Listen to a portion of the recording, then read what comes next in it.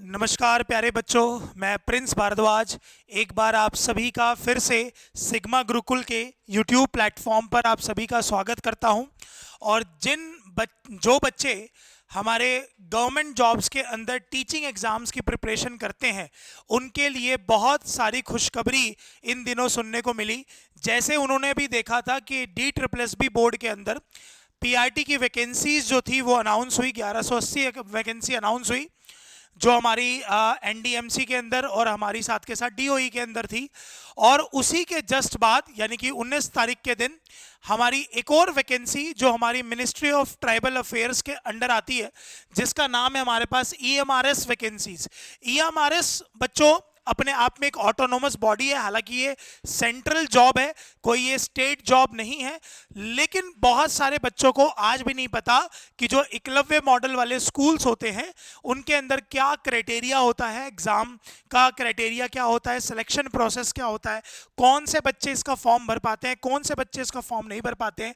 ये सारी बातें जो है मैं आज की क्लास में आपको बताने वाला हूं। एक बार आप सभी बच्चे जो इस वैकेंसी के लिए एलिजिबल हैं, जो बच्चे इस फॉर्म को भरना चाहते हैं, वो इस पूरी वीडियो को जरूर देखना। और कोई भी आपको क्वेरी लगती है तो आप कमेंट सेक्शन में टाइप करके जरूर पूछ लेना। सबसे पहले ये हमारे 2025 की लेटेस्ट वैकेंसीज हैं, और मैं बात करूं EMRS के अंदर एकलव्य मॉडल स्कूल्स के अंदर, और ये हमारी 7200 प्लस पोस्ट, जिसके अंदर टीचिंग भी है और नॉन टीचिंग भी है। यानी कि जो टीचिंग पोस्ट है उसी के लिए आपने नोटिस करा होगा कि आपको कोई ना कोई डिग्री जो लेनी पड़ती है वो आपके टीचिंग से रिलेटेड होनी चाहिए। लेकिन जरूरी नहीं है कि जिन बच्चों ने टीचिंग एग्जाम्स की प्रिपरेशन के लिए ही ये वैकेंसी बनी है, इसमें साथ के साथ नॉन टीचिंग का भी बहुत बड़ा रोल है। इसीलिए जो ये टोटल वैकेंसी है बच्चों, ये नॉन टीचिंग की भी है साथ के साथ, मतलब टीचर वाले बच्चों के लिए भी है और नॉन टीचिंग वालों के लिए भी है। ठीक है, एक बात मैं अपनी क्लास को स्टार्ट करने से पहले बताना चाहता हूं कि जो बच्चे टीचिंग एग्जाम्स के लिए ये फॉर्म भरेंगे, उनको ये ध्यान रखना है कि जो PRT स्टूडेंट्स होते हैं, जिन्होंने DLED कर रखी हो या JBT कर रखी हो, ये उनके लिए नहीं होता। मतलब ये सिर्फ और सिर्फ TGT और PGT और उसके आगे जैसे प्रिंसिपल, इनकी पोस्ट के लिए ही हमारी EMRS की वैकेंसीज आती हैं। बहुत पेपर आसान आता है, अगर आपने पिछली बार का पेपर देखा होगा तो आपको ये बात पता होगी। और साथ के साथ नॉन टीचिंग के लिए भी बहुत सारे इसके अंदर बातें हैं।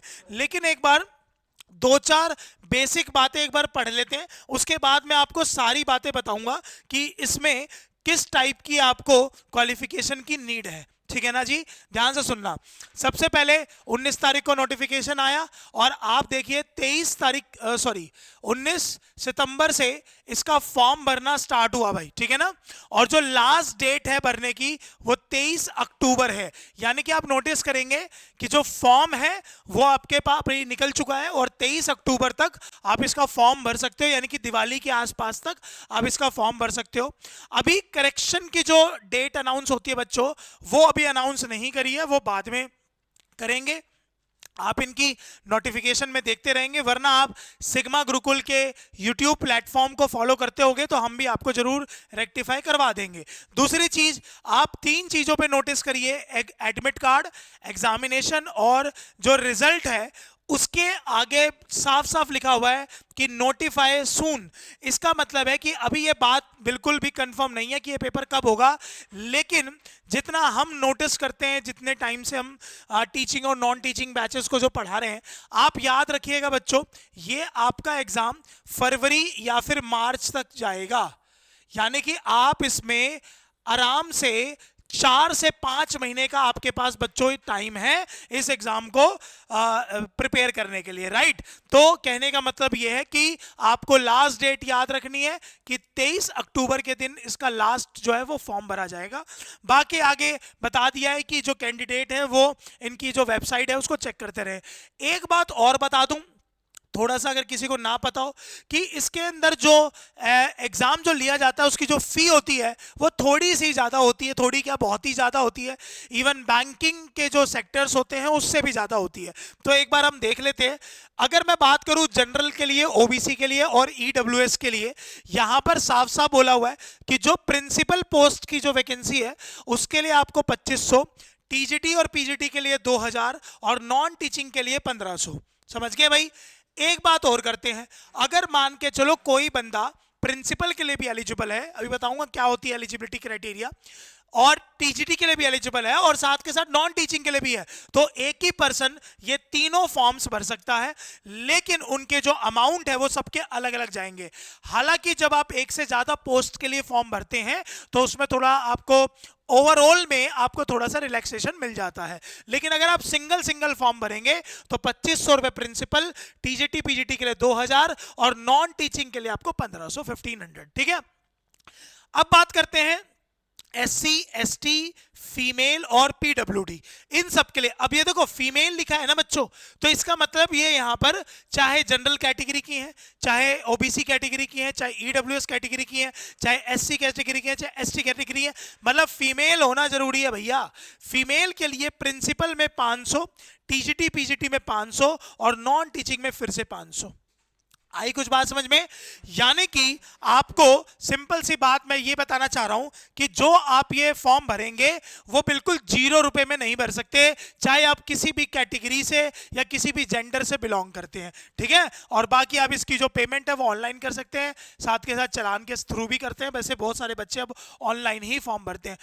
अब आप बात करते हैं सर इसमें मिनिमम क्राइटेरिया क्या होता है, तो आप नोटिस करिए जो मिनिमम एज है इसके अंदर वो है 18 साल और जो मैक्सिमम एज है वो इसके अंदर है 55 साल। यानी कि बहुत सारी ऐसी, जैसे प्रिंसिपल की पोस्ट के लिए क्योंकि उसके अंदर 10 साल का एक्सपीरियंस ही चाहिए, तो जो मैक्सिमम एज मांगी गई है वो 55 साल है और जो मिनिमम एज मांगी गई है वो हमारे पास 18 साल है। ये टीचिंग और नॉन टीचिंग दोनों के लिए है। ठीक है। एक दो बात और बता देता हूं। टोटल मैंने अभी आपको बताया भाई कि 7267 वैकेंसीज है, जिसमें से अगर मैं बात करूं सबसे ज्यादा वैकेंसी आप देख लो बच्चों टीजीटी की है, यानी कि 3000 के आसपास आपको, इवन 4000 के आसपास आपके पास वैकेंसी है, आप नोटिस करिए। उसके बाद आप नोटिस करिए आपको पीजीटी की भी इसमें अच्छी खासी वैकेंसी देखने को मिल रही है। उसके बाद फीमेल स्टाफ नर्स की वैकेंसी है, और देखो हॉस्टल वार्डन है ना, हॉस्टल वार्डन के अंदर क्वालिफिकेशन सिर्फ 12वीं पास चाहिए, अभी मैं आपको बता भी दूंगा ये बात। ठीक है। उसके बाद देखो अकाउंटेंट है, अकाउंटेंट में 61 है, जेएसए है 228 है, लैब अटेंडेंट है, ये कम लेवल की जॉब है थोड़ी सी, और 146 है। उसके बाद प्रिंसिपल की जो पोस्ट है वो 225 है, यानी कि ठीक ठाक वैकेंसी है भाई। ठीक है, ठीक ठाक वैकेंसी है। अगर मैं इसमें से बात करूं, मेरे ख्याल से अभी मैं आगे भी बताऊंगा आपको कि जो अकाउंटेंट की पोस्ट होगी इसके लिए आपके पास बीकॉम होना चाहिए। आपके पास बीकॉम का जो सब्जेक्ट होता है उसमें आपने अकाउंट्स जरूर पढ़ा होगा, तो वो बच्चे ये फॉर्म भर सकते हैं। और हॉस्टल वार्डन मेरे ख्याल से 12वीं पास होगा, भी देख के ही बताएंगे। और जो स्टाफ नर्सिंग जिसने बीएससी नर्सिंग कर रखी है ये उनके लिए होगा, ये भी 12th पास के लिए होगा और ये भी 12th पास के लिए होगा। अब बात करते हैं टीजीटी के लिए। टीजीटी का जो नॉर्मल क्राइटेरिया होता है वो सबको पता है कि आपके पास ग्रेजुएशन में वही सब्जेक्ट होना चाहिए जो आपने बीएड में ले रखा है, यानी कि बीएड साथ के साथ आपका ग्रेजुएशन का सब्जेक्ट और साथ के साथ सीटेट का पेपर 2। अगर आपने सीटेट पेपर 2 क्वालिफाई कर रखा है इसका मतलब आप टीजीटी के लिए एलिजिबल है। पीजीटी की मैं बात करूं तो पीजीटी के अंदर आपके पास उस सब्जेक्ट के अंदर मास्टर्स होनी चाहिए और प्लस बीएड होनी चाहिए। इसके अलावा आपको कोई तीसरी कोई चीज की जरूरत नहीं है, ना ही आपको कोई एक्सपीरियंस की जरूरत है और ना ही आपको सीटेट के पेपर 2 की जरूरत है। प्रिंसिपल के लिए चाहिए, प्रिंसिपल के लिए आपको मास्टर्स भी चाहिए और 10 इयर्स का एक्सपीरियंस चाहिए। बाकी मैं अभी आपको ये आगे बताऊंगा। अच्छा, इसका पैटर्न क्या होता है? पैटर्न होता है बच्चों कि सबसे पहले तो इसका रिटन एग्जाम होगा जो कि क्वालिफाइंग नेचर का होगा, प्लस आपको ध्यान रखना है जो ये सेकंड है ना स्किल टेस्ट और प्रैक्टिकल टेस्ट, ये बच्चों आपका डिस्क्रिप्टिव टाइप का है, यानी कि ये आपको पोस्ट के अकॉर्डिंग बताई जाएगी। उसके बाद इंटरव्यू जिसके लिए रिक्वायरमेंट है जैसे प्रिंसिपल की पोस्ट के लिए, उसके बाद डॉक्यूमेंट वेरिफिकेशन और लास्ट में आपका मेडिकल। ठीक है, तो आसान है, कोई इतने ज्यादा बड़ी बात नहीं है, नॉर्मल जो सारे एग्जाम्स में होता है वैसे ही इसमें भी ये बात दे रखी है। ठीक है, और पे लेवल भी साथ के साथ बता रखा है, आपको सबको पता ही होगा। प्रिंसिपल का जो पे लेवल होता है वो 12 होता है। ठीक है, इसीलिए इनकी सैलरी 1 लाख के आसपास जाती है पूरी। पीजीटी का पे लेवल 8 होता है, ये भी सबको पता है। टीजीटी का 7 होता है। बाकी उसके अकॉर्डिंग सारे लेवल मैंने आपको यहाँ पर लिखवा रखे हैं। मैंने आपको लैब अटेंडेंट का बताया था आपको कि इसका लेवल 1 है हमारे पास, हालांकि इसमें प्रमोशन होता रहता है। ठीक है, तो सबके पे लेवल भी साथ के साथ यहां पर मेंशन कर रखे हैं। चलिए आगे अब ना बच्चों इसमें क्या था कि जो ये बातें थी ऑलमोस्ट मैंने आपको बता दी, लेकिन आपको इसमें कुछ बातें जो हैं इनकी पीडीएफ से पता चलेगा जो इन्होंने नोटिफिकेशन डाला था। ठीक है, सारा आपको पढ़ने की जरूरत नहीं है बच्चों, जो जो इंपॉर्टेंट चीजें हैं मैं आपको वो सारी बता रहा हूं। देखो टीयर 1 टीयर 2 को अभी नोटिफाई करा हुआ है कि आगे आपको जरूर बताया जाएगा। ठीक है, एक दो बातें आपको जरूर पता होनी चाहिए। इसका पेज नंबर शायद 7 होगा या पेज नंबर 8 होगा। अच्छा, एक बार आप वैकेंसीज भी देख लो, पीजीटी के अंदर किस किस की वैकेंसी है। ठीक है, पोस्ट तो आपको यहां से पता चली गई थी। आप नोटिस करिए यहां पर आपको English, Hindi, maths, chemistry, physics, bio, history, geography, commerce, economics, computer science, यानी कि आप इन सब के अंदर पीजीटी का एग्जाम दे सकते हैं। अब मान के चलो आप इसमें से कोई भी एक सब्जेक्ट उठाते हैं, जैसे ज्योग्राफी उठाते हैं, तो ज्योग्राफी का मतलब हो गया कि आपने जो मास्टर्स है वो जियो में कर रखी होनी चाहिए, और प्लस आपने जब बीएड जब आपने करी होगी तो बीएड के अंदर आपके पास एक सब्जेक्ट सोशल साइंस जरूर होना चाहिए। ठीक है ना, ऐसे ही कंप्यूटर साइंस है, ऐसे ही आपके पास इंग्लिश है, हिंदी है, आपको सारे इसके अंदर वैकेंसीज दिख रही है। और मेरे ख्याल से सबसे ज्यादा वैकेंसी आपकी फिजिक्स में है ना, 198 है। उसके बाद इसमें भी ठीक ठाक है। कॉमर्स में देखो, इसमें एक फायदा हुआ कॉमर्स वाले बच्चों के लिए, आपने नोटिस करा होगा जो बच्चे अभी DSSB का एग्जाम दिया था, जिन्होंने पीजीटी कॉमर्स का, उनके एग्जाम में दो दो, उनके पूरे साल में 2 वैकेंसी, पूरे साल में 4 वैकेंसी। तो भैया यहाँ पर अच्छी अपॉर्चुनिटी है आपको कॉमर्स के लिए कि आपको टोटल वैकेंसी यहाँ पर ठीक ठाक मिल रही है, जिसमें से यूआर की 49 है। ठीक है, अच्छी खासी वैकेंसी है। ओबीसी के लिए 32 है। ठीक है जी, चलो एक बार और आगे पढ़ते हैं। टीजीटी के अंदर भी देख लेते हैं। टीजीटी के अंदर जो सब्जेक्ट्स हैं वो है Hindi, English, maths, social science, science और कंप्यूटर साइंस। ठीक है, ये आपको साथ के साथ 6 सब्जेक्ट्स में मिल रहे हैं, और इसमें सबसे ज्यादा अगर मैं बात करूं तो मुझे 424 दिख रहा है, नहीं सॉरी कंप्यूटर में दिख रहा है, कंप्यूटर साइंस है 550 टीजीटी कंप्यूटर साइंस का, जिसके लिए आप लोगों ने बीसीए वगैरह कर रखी होगी, तो आप इसका फॉर्म आराम से भर सकते हो। ठीक है जी, आगे बात करते हैं। इंग्लिश में भी ठीक ठाक वैकेंसी है, 395 है। ठीक है, 422 है। चलिए आगे बात करते हैं। सब्जेक्ट तो लैंग्वेज तो देखो होगा ही, लैंग्वेज को भी आपके साथ के साथ लैंग्वेज के लिए भी है, क्योंकि मैंने आपको पहले बताया ट्राइबल एरियाज में ये स्कूल होते हैं और ऑल ओवर इंडिया के होते हैं। ठीक है ना, चलिए आगे देखते हैं भाई। म्यूजिक टीचर का भी है इसके अंदर। ठीक है, पीईटी का भी इसके अंदर हमारे पास है, यानी कि जो फिजिकल एजुकेशन के टीचर्स हैं, यानी कि 173, आप इसका भी फॉर्म भर सकते हो, चाहे आपने बीपीएड कर रखी है, चाहे आपने बीपीएस कर रखी है, आप इन दोनों के लिए एलिजिबल हो जाओगे।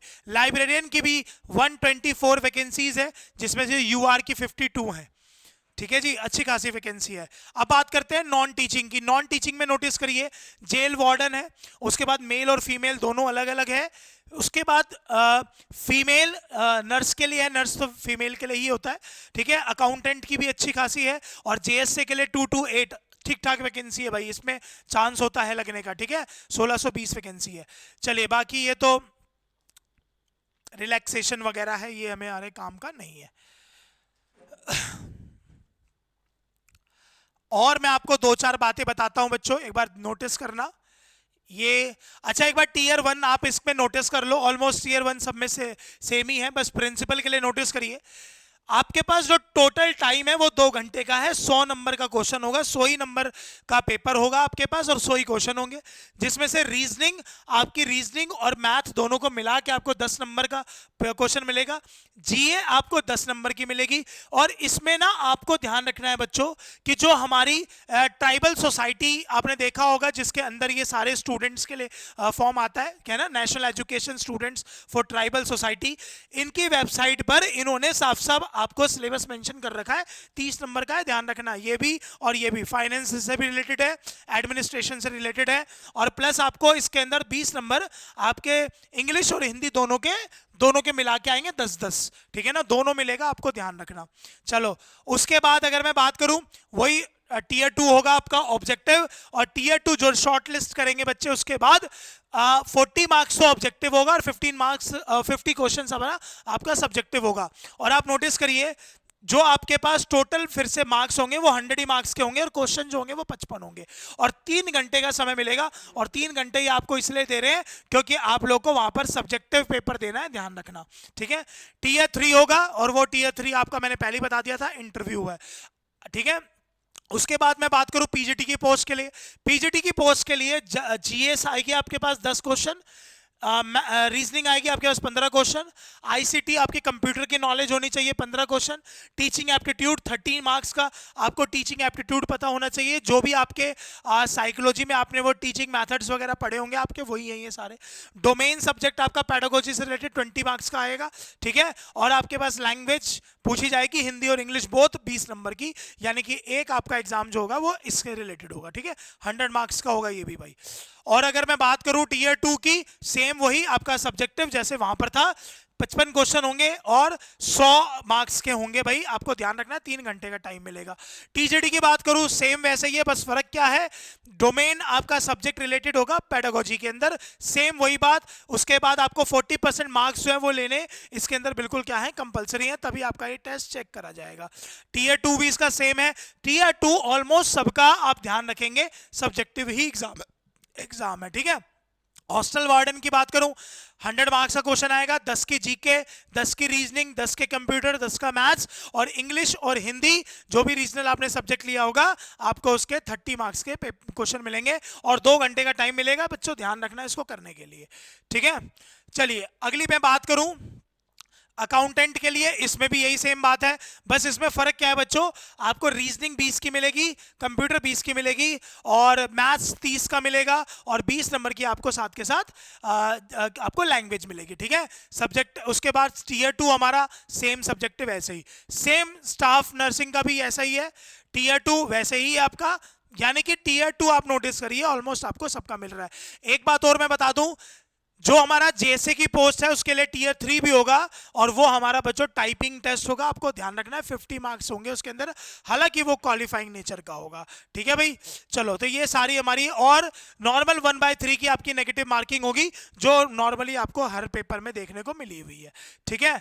एक बात और बस मैं बता दूं, एज रिलैक्सेशन ये सब आपने सारी बातें पढ़ रखी हैं, बाकी एक दो बातें आप सीख लो कि भाई प्रिंसिपल की पोस्ट के लिए क्या क्या चाहिए। देखो मास्टर्स डिग्री होनी चाहिए 50% के साथ, और प्लस आपके पास साथ के साथ आपके पास बैचलर डिग्री होनी चाहिए, और करके आपने ये बीएड एमएड अगर कुछ और भी इसके अलावा है तो वो है, प्लस जिस यूनिवर्सिटी से आपने ये कोर्स कर रखा है वो एनसीटी अप्रूव्ड होना चाहिए बच्चों, ठीक है। उसके बाद मैं बात करूं एक्सपीरियंस, बिना एक्सपीरियंस के आप ये फॉर्म नहीं भर सकते, क्योंकि इसके अंदर बोला हुआ है चाहे आपने स्टेट गवर्नमेंट के अंदर या कोई भी ऑटोनोमस ऑर्गेनाइजेशन के अंदर भी अगर आपने सर्विस दे रखी है मिनिमम आपने 9 साल की, तो आप इस फॉर्म को आराम से भर सकते हो, ठीक है। इवन पीजीटी के बारे में बात कर रहा हूं मैं, ठीक है। चलिए उसके बाद डिजायरेबल है ये, साथ के साथ क्या है हमारे पास, वही fully experience of working in a fully residential schools, proficiency होनी चाहिए इंग्लिश हिंदी। देखो जब आप लोग का इंटरव्यू होगा तो ये तो आना ही चाहिए, और साथ के साथ आपको इसके अंदर कंप्यूटर आना चाहिए, ठीक है भाई। पीजीटी के लिए भी सेम बात, यही बात बता रखी है, इसके अंदर से पोस्ट ग्रेजुएशन होनी चाहिए 50 मार्क्स 50% के साथ, और प्लस बीएड होनी चाहिए, इसमें भी कोई आपके पास ऐसी कोई दिक्कत नहीं है, ठीक है। एक जो चीजें और बता देता हूं, सब में यही बात है, कोई इसमें नई बात नहीं है बच्चों। चलिए अगली मैं बात करूं, सीटेट क्वालिफाई होना चाहिए। अच्छा ये बात एक बार सही बच्चे देख लो, ठीक है, ये बात मैं कर रहा हूं आपसे टीजीटी के लिए, ठीक है। टीजीटी में सर क्या होना चाहिए, एक बार आप टीजीटी के बारे में हमें बता दीजिए। देखो टीजीटी में बच्चों क्या होता है कि अगर मान के चलो, एक तो आपके पास बैचलर डिग्री होनी चाहिए और साथ के साथ आपके पास एक ग्रेजुएशन होनी चाहिए, ठीक है ना, यहां से ग्रेजुएशन होनी चाहिए, सीटेट क्वालिफाई होना चाहिए, सीटेट तो बिना इसके क्वालिफाई का आपका कोई काम नहीं है, ठीक है। और बीएड में 50% मार्क्स, ये तो चलो चलता ही है, ठीक है। अच्छा एक बात और नोटिस करिए, अगर आप हिंदी की बात कर रहे हैं तो studied Hindi as an elective और main subject in the 3 years of graduation या फिर अंडरस्कोर, सेम इंग्लिश के लिए भी बात है। अच्छा आपको एक बात और बता दूं बच्चों, ये सेम बात DSSB की भी वेबसाइट पर टीजीटी के लिए लिखा होता है, तो वहां पर उसका मतलब होता है कि आपने मिनिमम 2 साल ग्रेजुएशन के अंदर आपने वो सब्जेक्ट पढ़े होने चाहिए, तभी जाके आप टीजीटी के लिए एलिजिबल होगे, ठीक है। सेम बात यहां पर भी है भाई, ठीक है। टीजीटी यहां पर भी सेम है, सबके लिए सेम बात है, बस थोड़ा सा आपको इसी बात का ध्यान रखना है। अच्छा उसके बाद कुछ ऐसे आपके जैसे मैं आपको अकाउंटेंट का बता रहा था, वो भी बता देता हूँ। अकाउंटेंट के अंदर जैसे लैब अटेंडेंट है, 10th पास चाहिए बच्चों, या फिर आपके पास 12th पास, दोनों में से कोई भी बच्चा इसका फॉर्म आराम से भर सकता है। उसके बाद अगर मैं जे से भी सेम बात है इसके अंदर, अकाउंटेंट वाले के पास बैचलर डिग्री इन कॉमर्स, मैंने बताया था ना पिछली बार भी ये सेम बात आई हुई थी, ठीक है। हॉस्टल वार्डन के लिए सिंपल सी आपके पास ग्रेजुएशन होनी चाहिए और कोई इसके अलावा काम नहीं होना चाहिए, ठीक है। फीमेल स्टाफ के लिए सिर्फ और सिर्फ क्या नर्सिंग स्टाफ के लिए बीएससी होनी चाहिए आपके पास रिकॉग्नाइज्ड यूनिवर्सिटी से, और वो भी नर्सिंग के लिए, कोई आपके पास एक्सपीरियंस हो ना हो चलेगा। लाइब्रेरियन के लिए बच्चों आपके पास सिर्फ और सिर्फ bachelor degree in librarian science होनी चाहिए, इसके साथ कंप्यूटर डिप्लोमा की कोई नीड नहीं है, कहीं पे नहीं लिखा हुआ।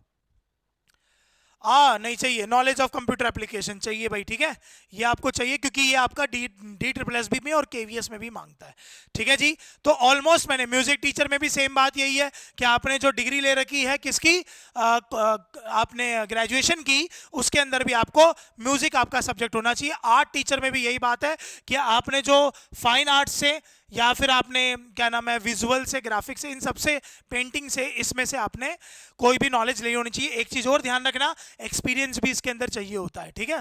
चलिए, कंप्यूटर साइंस के लिए सेम बात, इसके लिए आपको ध्यान रखना है बच्चों, आपको इसके अंदर कोई भी बीएड की डिग्री की जरूरत नहीं होती, इसके अंदर सिंपल आपके पास BC होनी चाहिए, आप इसका फॉर्म आराम से भर सकते हैं, ठीक है जी। चलो, तो मैंने ऑलमोस्ट आपको बच्चों सारी बातें इसके अंदर बता दी है कि किसको लिए कौन सा फॉर्म जो है वो भर सकते हैं। बाकी फिर भी आपको अगर कोई डाउट होता है तो आप हमसे पूछ सकते हो। फॉर्म EMRS का फॉर्म भरना स्टार्ट हो चुका है, लास्ट डेट इसकी भरने की 23 तारीख है। 2500 रुपए प्रिंसिपल के लिए, 2000 रुपए TGT और PGT के लिए, और नॉन टीचिंग के लिए आपकी 1500 रुपए फीस है। और इसमें रिलैक्सेशन भी है SC ST के लिए और विमेन के लिए भी, उनके लिए ये हमारी 500 के रुपए के हिसाब से है। उसके बाद 2 टियर में ये एग्जाम लिया जाता है, Tier 1, Tier 2, और किसी किसी में Tier 3 भी होता है। प्रिंसिपल की पोस्ट के लिए आपको इंटरव्यू देना पड़ेगा, अदरवाइज और किसी के लिए भी आपको इंटरव्यू नहीं देना पड़ेगा। TGT की बहुत सारी वैकेंसीज है, PGT की बहुत सारी वैकेंसीज है, नॉन टीचिंग के लिए भी वैकेंसीज है, जिन्होंने सिंपल ग्रेजुएशन कर रखी है उनके लिए भी वैकेंसी है, जिन्होंने 12वीं पास कर रखी है उनके लिए भी इसके अंदर वैकेंसीज है। मिनिमम इसके अंदर उम्र जो है वो 18 साल है और मैक्सिमम इसके अंदर जो एज है वो 55 साल है।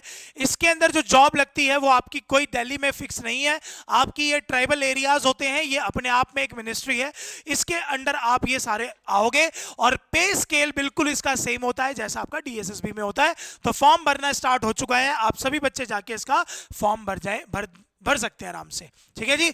चलिए, मिलते हैं क्लासरूम के अंदर। जय हिंद, जय भारत।